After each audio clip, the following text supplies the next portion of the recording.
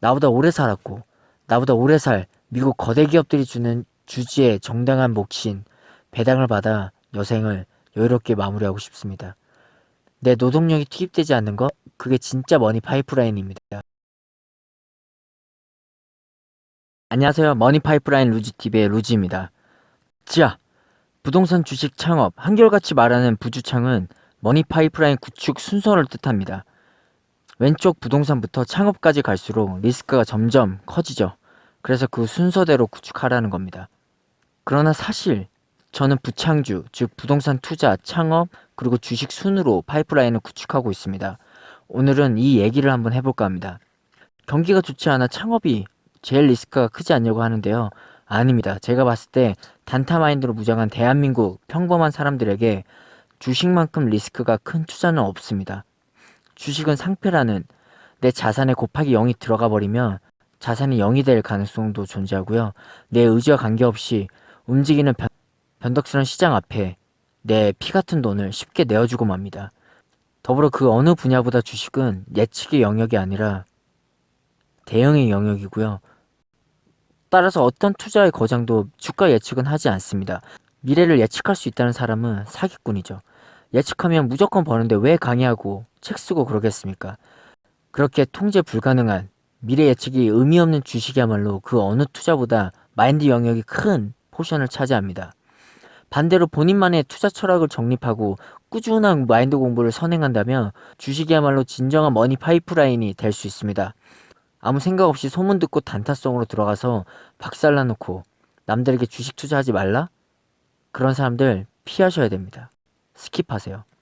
주식은 실제로도 위험하고 겉으로도 위험하다는 인식이 팽배한 이 대한민국 사회에서 왜 주식 투자가 진짜 머니 파이프라인이라고 얘기하는지 궁금하실 겁니다. 먼저 질문 드려볼게요. 진짜 머니 파이프라인은 뭐라고 생각하시나요? 머니 파이프라인이 뭔가요? 네, 돈이 돈을 버는 시스템.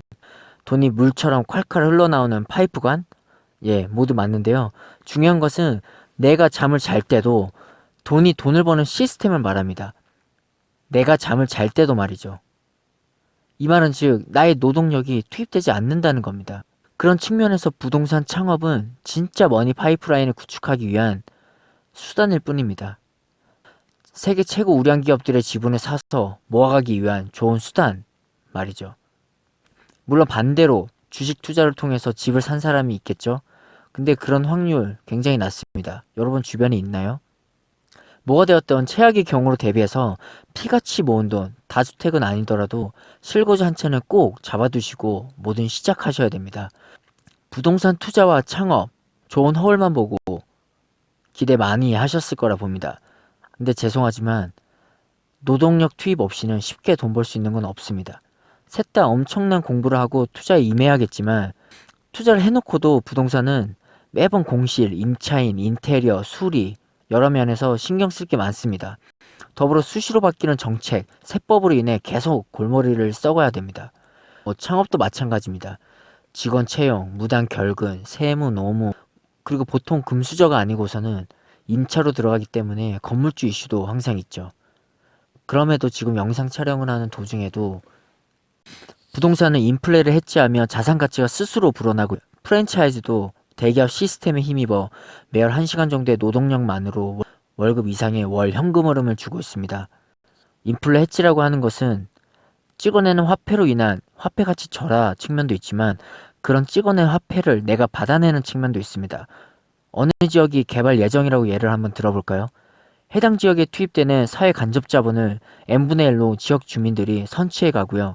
개발했다는 미래 가치도 향후 취득할 수 있습니다. 시간이 지나 부동산 자산 규모가 커져 담보 가치 또한 증가하면 대출을 일으켜 반전세, 월세화를 통해 현금 흐름을 창출시키면 되고요.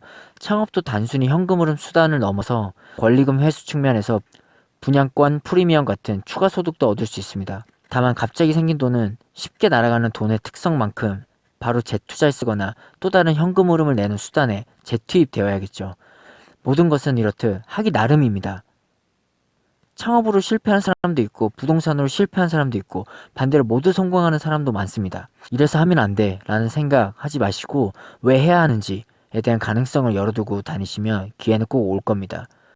확실히 얘기할 수 있는 것은 초반에 이런 인고의 시간과 내 노동력이 많이 투입되지만 지나고 보면 결국 내 자산을 불려주고 내 노동력을 최소화하기 위해 투입된 시간과 노동이었음을 깨닫게 될 겁니다.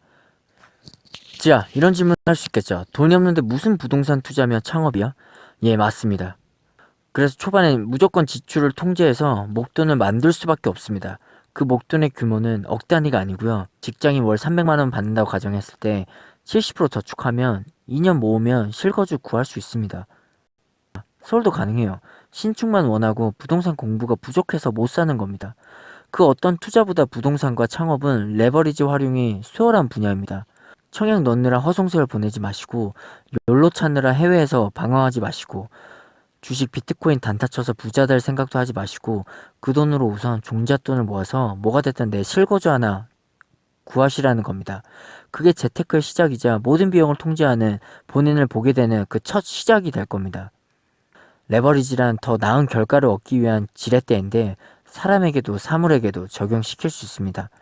더 나은 결과를 위해서 부동산 창업 초기 비용은 대출을 이용하시고 사람에게는 무작정이 아니라 많은 권한을 잘 위임해서 잘 시키면 됩니다.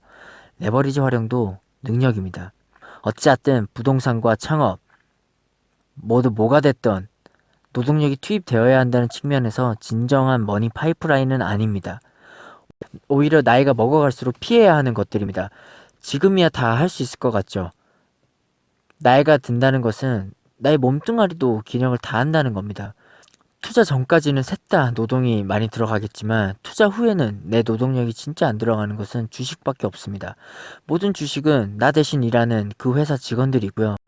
위에서 상사가 쪼든 아래에서 후배가 치고 올라오든 상관없이 모두 내 수익, 기업의 수익을 위해 일할 뿐입니다.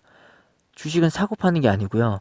그 회사가 맞다면 올라도 사고 내려도 사고 꾸준히 사면 평균에 수렴한 우상향을 누리는 행위입니다. 그래서 단기 수익만 쫓는 우리에게 투자 마인드 공부가 필수라는 겁니다. 모든 건 인플레이션의 영역입니다. 따라서 모든 투자는 인플레이션 해지를 위한 장기간에 걸친 행위들의 합계입니다. 인플레이션은 복리의 영역이죠.